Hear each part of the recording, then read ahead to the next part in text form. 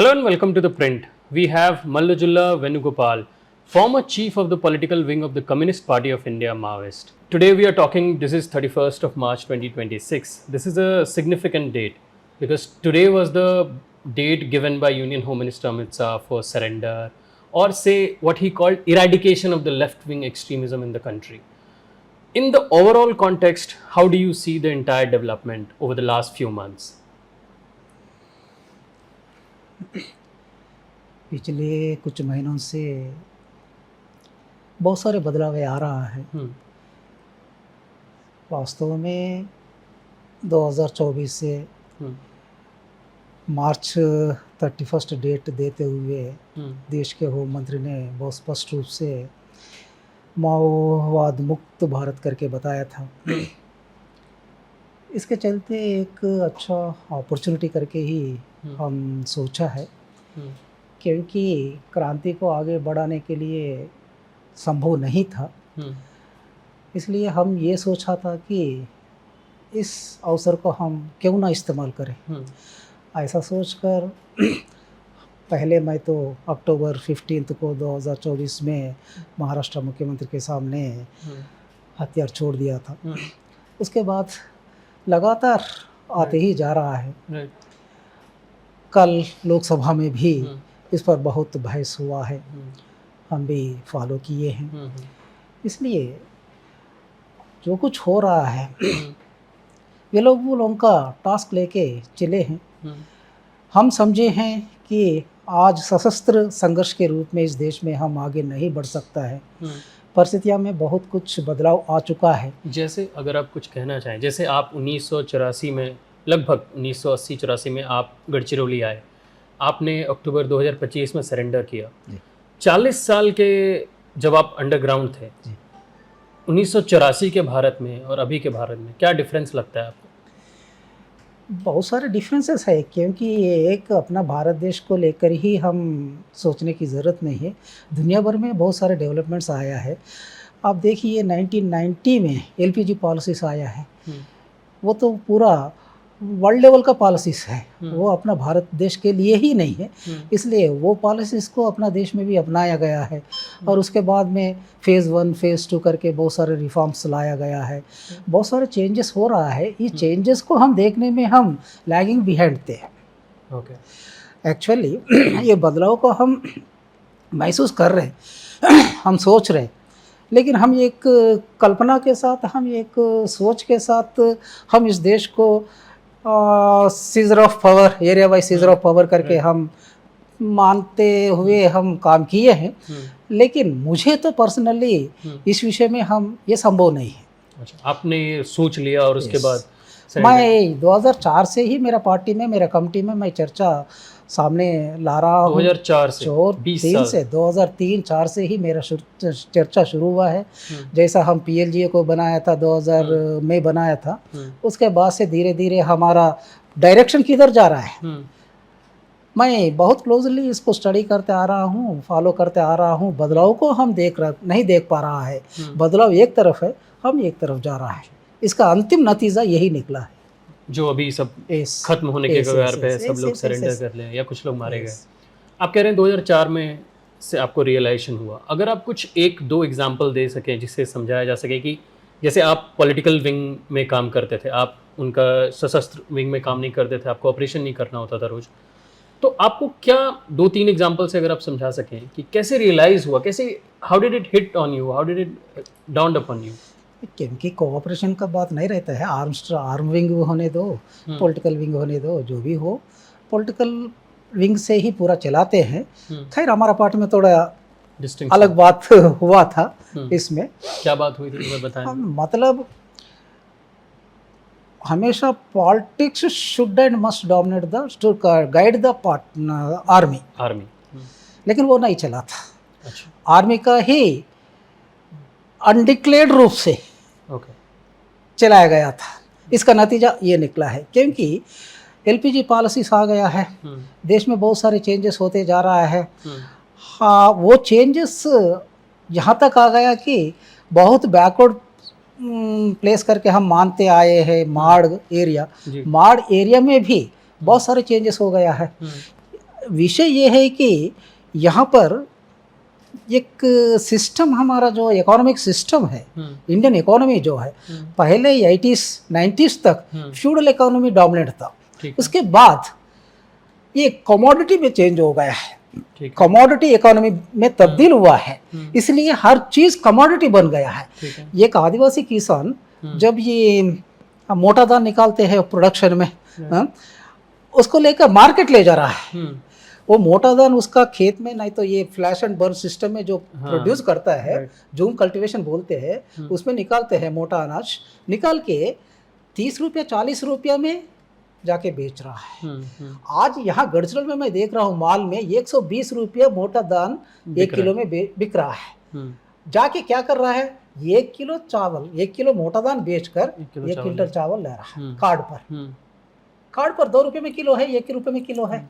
तो ये सब जो बाहर चेंजेस हो रहे थे, ये आपकी पार्टी ऑब्जर्व नहीं कर पाई है, आप कहना चाह रहे हैं? मतलब हम लिख रहे हैं, ये तमाम ऐसा हम नहीं सोच रहे, हम नहीं पढ़ पा रहे, नहीं सोच पा रहा है, ऐसा नहीं है। हम सोच रहे, हम लिख रहे, लेकिन लागू नहीं कर रहे। अच्छा, एनालिसिस कर रहे कि क्या हो रहा है बाहर में, इंटरनेशनली क्या चेंजेस हो रहा है, रूस में क्या हो रहे हैं, अमेरिका में क्या हो रहा है, अमेरिका का जो सुपर पावर कैसा बदलाव आ रहा है, ये तमाम हम चेंजेस को एनालिसिस कर रहा है, लेकिन लागू नहीं कर पा रहा। एक बात इससे मुझे जो समझ में आ रही है कि जैसे आपकी पार्टी हमेशा माओ ज़ेडोंग की फिलॉसफी पे चलती है, जिसमें the army should always be subservient to the political class, ऐसा होना चाहिए। तो आप ये कह रहे हैं कि communist party of India Maoist lost that track, the political class was left behind, the military took precedence over the political class? हाँ, क्योंकि मैं पहले वही बताया था, हम जो पॉलिटिकल गाइडेंस होना है, लीडरशिप होना है, politics should and must guide the army करके जो हो है, वो हम मानते हैं, थियोरेटिकली मानते हैं, आइडियोलॉजिकली मानते हैं, लेकिन प्रैक्टिस में हम इस देश में माड़ में या नहीं तो झारखंड में हम बेसरिया बनाया जा रहा है। वहाँ हमारे पैरेलल गवर्नमेंट बन रहा है। हम पैरेलल जनता सरकार निर्माण किया है और पावर ऑफ ऑर्गन्स को हम निर्माण कर रहा है। इस दिशा में हम सोचते हुए, कल्पना करते हुए, बहुत सारे विषयों में हम इसका प्रायोरिटी में, मिलिट्री को प्रायोरिटी देते हुए चलने से अंत में जाके हम हार का मुंह देखना पड़ा है। समझ रहा हूँ। सर एक सवाल आता है, जैसे आप कह रहे हैं कि 2004, और हमने भी कई सारे ऐसे इंटेलिजेंस रिपोर्ट्स जो हमने पढ़ा है, जो पुलिस अधिकारी या फिर जो और अधिकारी हैं जो ANO में काम करते हैं उन्होंने देखा है, तो उनका भी ये कहना है कि आपका था कि 2-3 साल जैसे आपने सरेंडर किया अक्टूबर में, तो पॉलिट ब्यूरो में आप सबसे पहले थे, जो सबसे सीनियर लीडर थे उनमें सबसे पहले थे जिन्होंने सरेंडर किया। तो ऐसा क्या है कि वो लोग नहीं देख पाए? जैसे आपके कॉमरेड हुए देव जी, उन्होंने कहा है आपको कि आपने गद्दारी की है कम्युनिस्ट पार्टी ऑफ इंडिया, आपने खुद पढ़ा होगा कई सारे में इंटरव्यू में उन्होंने कहा है कि आपने गद्दारी की है क्योंकि आपने जब बसवराजू जिंदा थे तो उनको सजेस्ट किया था कि आप बताएंगे सच्चाई क्या है, लेकिन आपको गद्दार कहा है उस सेंस में। तो ऐसा क्या था कि वो लोग कुछ देख नहीं पाए जो आप देख पाए, और अभी आप कह रहे हैं कि 20 साल से आप ये कह रहे थे? इसके लिए कहना, क्योंकि ठीक है मैं गद्दारी किया हूँ मैं मेरे कैडर को बचाया हूँ, और परिस्थितियों में क्या बदलाव आया है करके हम जनता के सामने आज मैं रख पा रहा हूँ। मैं आपसे भी बात कर रहा हूँ। इतने सारे विषयों को लेकर दुनिया के सामने, आम जनता के सामने मैं आ गया हूँ। इसलिए ये तो मैं एक अच्छा बात करके ही मैं मान रहा हूँ। लेकिन बात यह है कि बाकी लोग क्यों नहीं समझा, मैं क्यों समझा, ये आप पूछ रहा है। क्योंकि मेरे साथ और कुछ लोग समझे हैं, नहीं समझा ऐसा बात नहीं है। हमारा सीसी में भी कुछ लोग समझे हैं, आपस में हम बातचीत करते थे, लेकिन बिल्ली की ये गले में कौन घंटी बांधना है, यहाँ पर सवाल था। अच्छा। कौन पहले बोलना है, कौन इनिशिएट करना है, कौन सामने आना है, ये समस्या, ये सवाल था। इसलिए मेरे साथियों ने, तो आप एक तरीके से कह रहे हैं कि जो आपके बड़े लीडर थे उन्होंने आइडियोलॉजी को इतना प्रोपगेट किया था कि उनमें हिम्मत नहीं बढ़ रही थी ये मानने की कि हम हार चुके हैं। एक्चुअली क्या है, वो एक कल्पना में थे। मेरे असेसमेंट के हिसाब से क्योंकि हम अच्छा अच्छा डॉक्यूमेंट्स लिखे हैं, हमारा मोड ऑफ प्रोडक्शन करके India production relations in India and our task करके हम एक दस्तावेज भी लिखे हैं 2022-23 में। इतना उसमें 60 पेजेस कार्यक्रम दिए हैं। वो पूरा कार्यक्रम इंडिया में क्या बदलावें आ रहा है, पूरा कॉर्पोरेटाइजेशन कैसा हो रहा है, इसका विपरीत में हम कैसा काम करना है, ये पूरा उसमें अच्छा हम पेश किए हैं। और बाद में हमारा जो जारगन के हिसाब से हम दलाल नौकरशाही पूंजीपति बोलते हैं, कॉर्पोरेट बिग बुर्जुआजी बोलते हैं, उन लोगों का कैसा महत्व बढ़ रहा है ये भी हम लिखे हैं। लेकिन इन तमाम विषयों को लिखते हुए अंत में किधर जाना है, इसका निष्कर्ष क्या निकालना है, यहाँ पर हमारा बीच में मतभेद था। अच्छा, ये तमाम मानते हैं, हम सब मानते हैं। तो एक धुरी में आप थे और एक धुरी में देवजी थे, ऐसा कहना गलत नहीं होगा? देवजी तो फर्स्ट से ही उनका कहना है कि मूल रूप से हमारा व्यवस्था में बदलाव नहीं आया है। अच्छा, ये देवजी का कहना था। बदलाव है, बदलाव आ रहा है, लेकिन मूल परिवर्तन नहीं हुआ है, ये उन लोगों का कहना है। मेरा कहना यह है कि मूल परिवर्तन होने के बाद बताने की बात तो बड़ी बात नहीं होती है, कैसा चेंजेस आ रहा है एक मैटर में, एक पदार्थ में। जैसा डेवलप, एक अंडा है, अंडे से ही वो मुर्गी निकलता है, तो 21 दिन के बाद या नहीं तो 19 डेज के बाद निकल गया करके बोलने में कोई ये नहीं है, चतुरता नहीं है। लेकिन 10 दिन के बाद, 14 दिन के बाद, 15 दिन के बाद क्या डेवलपमेंट्स आ रहा है ये बताना है। ये माँ होती है, माँ प्रेगनेंसी है, 9 महीने होने के बाद बच्ची या बच्चा बोलना कोई बड़ी बात नहीं है। इसलिए क्या ग्रोथ क्या हो रहा है समाज में, एक सिस्टम में, एक मैटर में, क्या डेवलपमेंट्स है, असेसमेंट में प्रॉब्लम। एक चीज़ और मैं समझना चाहूँगा, आपने कहा कि कल जो पार्लियामेंट में डिबेट हुई वो आपने सुना, देखा, तो कई सारे ऐसे अपोजिशन लीडर्स हैं जिन्होंने कहा भी, आप सुने होंगे, कि ये आइडियोलॉजी ख़त्म नहीं हुई है, जो माओइज़्म की आइडियोलॉजी है, which is at the roots, जो आपके जड़ में थी, जहाँ से ये मूवमेंट स्टार्ट हुआ था, वो ख़त्म नहीं हुआ है, सिर्फ हथियार डालें। और कई तो एक लेवल तक कह रहे हैं कि ये एक टैक्टिकल रिट्रीट, जो कि 1971 में भी हुआ था, माओइस्ट थोड़े बैकफुट पे गए थे। आंध्रा की बात कर रहा हूँ मैं, 1977। हाँ, मतलब 1977, मतलब 1970s में 2-3 फेज ऐसे हुए थे जब थोड़े मतलब आप बैकफुट पे गए थे, फिर रिट्रीट हुआ था, फिर एक्सचेंज ऑफ फायर हो रहे थे। तो क्या हम इसको समझें, या फिर आप समझते हैं कि पॉलिटिकल क्लास अभी भी आप लोगों पे उतना भरोसा नहीं कर पा रहा है? क्योंकि आप तो पिछले इतिहास को बराबर पेश कर रहा है, सही बात है। सबके समय के हिसाब से हम वो स्टेप लिए हैं, लेकिन आज जो समाज में बदलाव आए हैं ये तो बैक फिर नहीं जाएगी। जो बदलाव आए हैं, समाज में चेंजेस आया, ये तो और आगे ही बढ़ेगा। इसलिए तो ये आप कह रहे हैं कि जो माओइज्म मूवमेंट है इंडिया में, वो अब खत्म है, dead and buried, it can not recover, जो कुछ है सर। क्योंकि ये इसको लेकर एक डॉगमेटिस्टिक रूप में पेश किया जा रहा है मेरे नज़र में। जैसे क्या? क्योंकि अब माओइज्म खत्म हुआ या नहीं हुआ, एक चर्चा बना रहा है। क्योंकि माओइज्म का मतलब क्या है, मैं तो ये समझ रहा हूँ, जो इगलिटेरियन सोसाइटी के लिए जो उत्पीड़न है, विवक्षता है, डिस्क्रिमिनेशन है, छुआछूत है, हमारा देश की कंडीशंस के अनुसार बहुत सारे समस्या आज भी है, उसके लिए हम काम करने की जरूरत है। वो काम करना एक अर्थ में माओइज्म होता है। क्योंकि सोसाइटी में हमेशा प्रॉब्लम्स रहते हैं, ये प्रॉब्लम्स के अनुसार हम जनता में जाके हम काम करते हैं। हम आज एक कॉन्स्टिट्यूशन है, पहले एक कॉन्स्टिट्यूशन नहीं था, 50s के पहले ब्रिटिशर्स के समय में कॉन्स्टिट्यूशन नहीं था, बाद में कॉन्स्टिट्यूशन आया है। इसलिए कॉन्स्टिट्यूशन में कई सारे ये दिया गया है, राइट्स दिया गया है, फंडामेंटल राइट्स भी है। आज एक एजुकेशन भी फंडामेंटल राइट में आ गया है, राइट टू वर्क भी आ गया है, और प्रियम्बल में सोसाइटी पैटर्न ऑफ सोसाइटी करके भी लिखा है, डायरेक्टिव प्रिंसिपल्स भी है। ये तमाम चीजों को लेकर हम काम कर सकते हैं, लेकिन constitutional, under constitutional embed, previous form के जैसे आप कह रहे हैं, जैसे पहले था, वो नहीं। इसलिए हम इस प्रकार में करना है। इसलिए वो टेम्पररी है, ये नहीं है, ये बदलाव टेम्पररी नहीं है ना। आज अपना देश में जितना बदलाव आया है, ये टेम्पररी है क्या? नहीं है। 2047 में नहीं तो 2030 में नहीं तो हमारा इकोनॉमी अब 5th से 4th या 4th से 3rd आया करके बोल रहा है, ये भी टेम्पररी नहीं है। इसलिए चेंजेस जो हो रहा है ये चेंजेस और भी बढ़ते ही जाएगा। ये कमोडिटी जो बन गया है सोसाइटी, ये फिर फ्यूल सिस्टम में नहीं जाएगी, ये सेल्फ रिलायंट इकोनॉमी में तब्दील नहीं होता है। इसलिए इसके अनुसार ही जब बदलते हैं वो माओवाद ही बोल सकते हैं। अलग बात है क्या बोलते हैं क्या नहीं बोलते हैं, अलग बात है, लेकिन सोसाइटी में डाउन ट्रॉडन पीपुल है।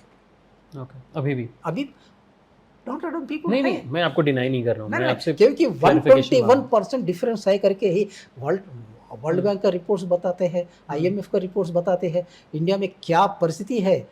हम तमाम रिपोर्ट्स को जांच किए तो डिफरेंसेस कैसा, अंतर कैसा बढ़ते जा रहा है, ये तमाम दिखा रहा है। आपने समाज की बात की, आपके अभी भी एक पॉलिट ब्यूरो मेंबर हैं मिसिर बेसरा झारखंड में, वो सरेंडर अभी तक नहीं किए हैं और जहाँ तक हमारी समझ है कि पुलिस की तरफ से और शासन की तरफ से अप्रोच भी किया गया है उनको। आप कुछ कहना चाहेंगे आपके अंडरग्राउंड कार्डर्स को कि वो सरेंडर करें या क्या करें, कोई मैसेज उनके लिए देना चाहेंगे? मैं तो जिस दिन यहाँ पर आया था, आने के तुरंत बाद यहाँ ऑफिसर से अपील भी किया हूँ, मुझे एक मौका दीजिए, मैं मैसेज दूंगा लोगों से बात करने। लोग मेरे कैडर्स हैं, लोगों से हम क्यों आया है, परिस्थिति में क्या बदलाव आया है, ये लोगों को बताने की ज़रूरत है। मैं अंदर रहने के समय पर ही 22 पन्ना का एक ड्राफ्ट निकाला हूँ, वो ड्राफ्ट पर बहुत बहस किया है। जिन लोगों ने एक्सेप्ट किया वो मेरे साथ में आया है, और जनता के लिए भी मैं अपराध की भावना से एक 6 पन्ने का एक अपील भी जनता के लिए भी रिलीज किया हूँ। और यहाँ आने के बाद भी वही प्रोसेस मेरा चल रहा है। यहाँ बहुत बार मैं मैसेज दिया हूँ, ये देव जी और मल्ला राज रेड्डी ये लोग आने से पहले भी मैं उन लोगों को निवेदन दिया हूँ, और गणपति के लिए भी दिया हूँ। मैं कहाँ है गणपति? वो तो किसी को पता नहीं है, क्योंकि कल फिर वो लोकसभा में एक तो नाम नहीं लिया लेकिन संपर्क में है, ऐसा कुछ बातचीत चल रही करके बताया है, फरारी में है, एक माओवादी से चर्चा कर रहे करके। आप जैसे और जो सेंट्रल कमेटी और पॉलिट ब्यूरो के मेंबर है, उनसे गणपति की आखिरी बातचीत कब थी? हाँ, मेरा तो नवंबर 18, 2024। नवंबर 18, 2024। आप मार में थे उस समय?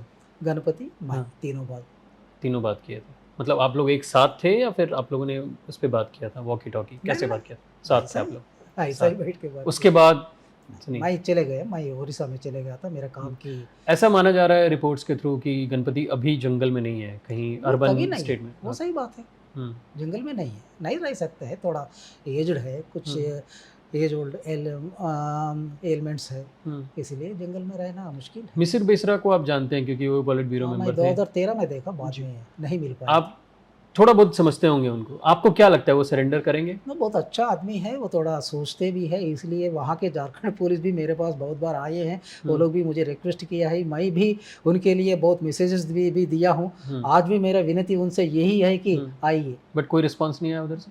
No response. कितनी बारी मैसेज भिजवाया आपने लगभग? मैं तो उनके लिए 3-4 बार भेजा हूँ, जब से आपने सरेंडर किया। और भी एक हमारा यहाँ DK में काम किया था, पंजाब का एक लड़का, नरहरी वो तेलुगु कैडर है, लेकिन पंजाब का भी एक रफीक दादा करके एक डॉक्टर है, उनके लिए भी मैसेज भेजा हूँ, मिसिर बिसरा के लिए भी भेजा हूँ, आज आपके तरफ से नरहरी को भी भेज रहा हूँ, विश्वनाथ करके वहाँ पर नाम है। इन तमाम लोग आना है, क्या करेगा। अभी यहाँ पर महाराष्ट्र में 8 लोगों को 9 लोगों को दिखाया है, आज भी दिखाया है, इसलिए इतना देर करके वो लोग क्या व्हाट दे हैव अचीव्ड, क्योंकि परिस्थितियां बदल चुका है। हम ही लेट किया है एक्चुअली, हम बहुत लेट किया है, क्योंकि हमारा पार्टी में एक उसूल होता है डेमोक्रेटिक सेंट्रलिज्म करके, और डेमोक्रेटिक सेंट्रलिज्म का उसूल को मानते हुए मैं आखिरी तक पार्टी में ही रहा था। लेकिन अंत में जाके हमारा GS ने ये होने के बाद, उनका एनकाउंटर में डेथ होने के बाद मैं सोच लिया हूँ फिर आगे कौन ले जाना इसको, क्योंकि अंत आखिरी में हमारा GS का भी विचार बदल गया करके मैं सुना हूँ, इसलिए इस अच्छा निर्णय पे आया था।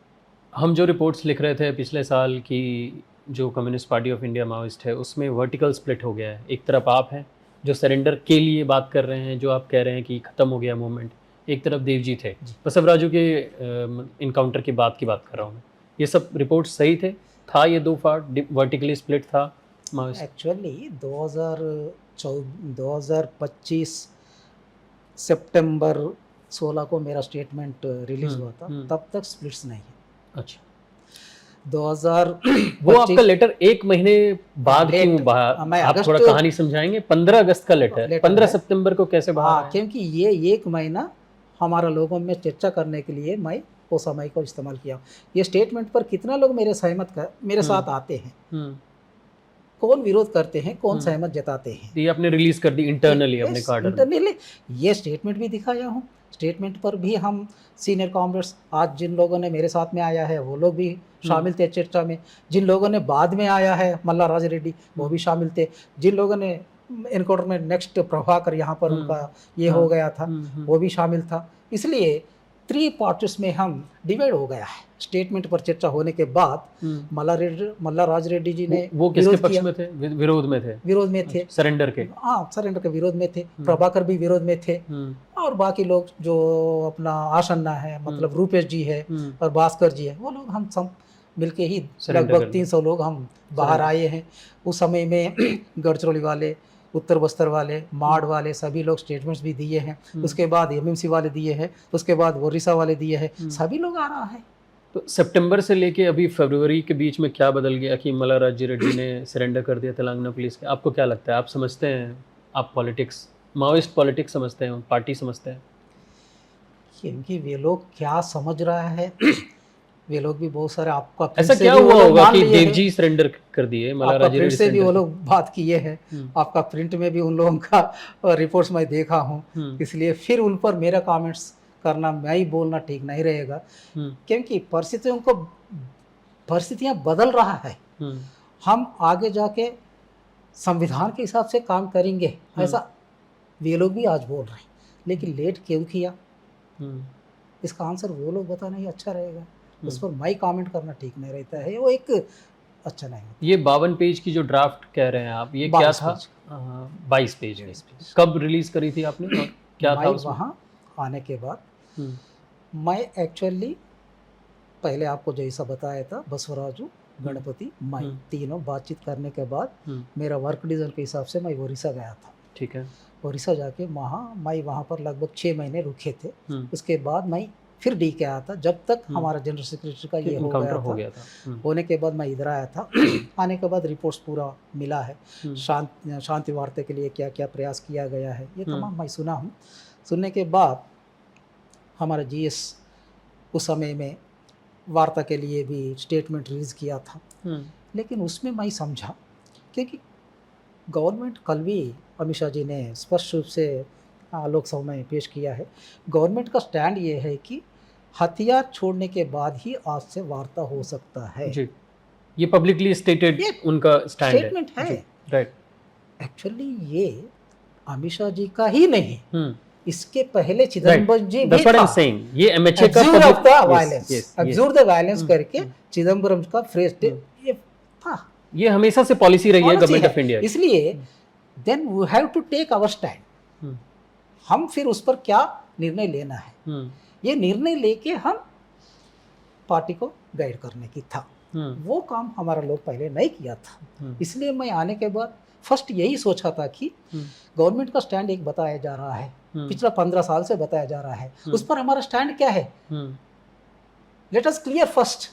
इस पर डिस्कशन ही नहीं हुआ था, पहले नहीं हुआ था। इसलिए मैं आने के बाद जिन लोगों ने मुझे मिला है, मैं स्पष्ट रूप से उनके सामने रखा हूँ। फर्स्ट, हम हथियारों के साथ बाहर नहीं जा सकते हैं, शांति वार्ता में नहीं जा सकते हैं, हथियारों को छोड़ देंगे, ये पहले हम निर्णय करना है करके मैं वो स्टेटमेंट लिखा हूँ। उसके बाद फिर इतने दिन हम 50 साल से हम हथियार बंद संघर्ष करते आ रहा है, फिर अब क्यों छोड़ रहे?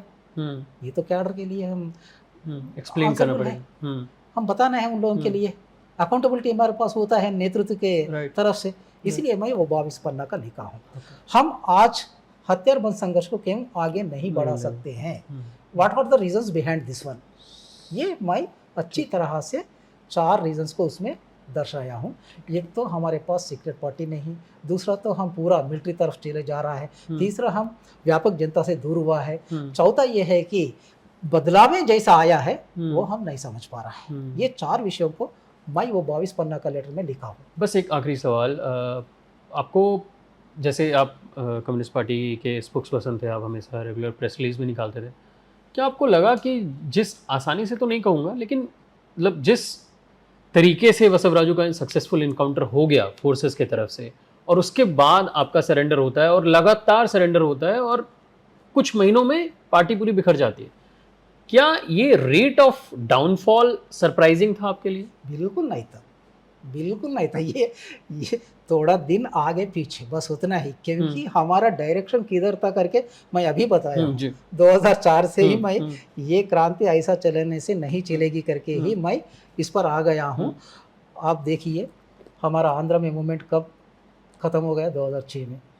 हमारा झारखंड बिहार का मूवमेंट कब हो गया, 2013 से पहले ही। बाकी हर जगह पे हमारा मूवमेंट पहले ही ख़त्म हो चुका था। बंगाल में कब हो गया, 2011 से 11 तक वहाँ हमारे भाई किशन जी था, उनका इनकाउंटर के बाद वहाँ पर ख़त्म हो चुका है। मात्र बचा है छत्तीसगढ़ में। इसलिए ये डायरेक्शन किधर है मैं समझ पाया हूँ। इसमें कोई अनएक्सपेक्टेड नहीं है, इसमें कोई अद्भुत ये हो रहा है करके ये नहीं है। इसलिए ये होने की है करके ही मैं समझा हूँ। बस ये और बाकी लोग भी आएगा करके मेरा आंकलन था, आ गए हैं। बस ये लास्ट सवाल है मेरा कि अगर पॉलिटिकल क्लास जिसमें आप लोग शामिल थे, वो लोग अगर डिसीजन मेकिंग में रहते, आपके डिसीजन और आपके ओपिनियन को ओवर रूल नहीं किया जाता, मिलिट्री क्लास जिसमें देव जी और वसव राजू भी थे, तो क्या ये सरेंडर और ये सब जो अभी पिछले कुछ महीनों में हुआ है, ये कई साल पहले हो चुका होता? पहले हो चुका होता है तो परिस्थिति अलग ढंग से रहता था। क्योंकि सरेंडर होना, परिस्थितियों को समझते हुए पार्टी में भी चर्चाएं होती आ रहा है। इन तमाम चीज़ों को हम समझकर पहले ही निर्णय लिए तो बहुत अच्छा तरीका से रहते थे। आज ये खगार रहे तो नाम क्योंकि खगार नाम भी मीडिया की ब्रेन चाइल्ड है, इसलिए ये इसकी आवश्यकता ही नहीं पड़ती। ये एक थ्योरी चलती है सिक्योरिटी सर्कल में कि ये जो सरेंडर हुआ और इतने सारे सरेंडर इसलिए भी हुए क्योंकि जो माइट थी, मतलब state was able to express it in terms of कि अब वैक्यूम नहीं है कहीं पे सिक्योरिटी वाइज।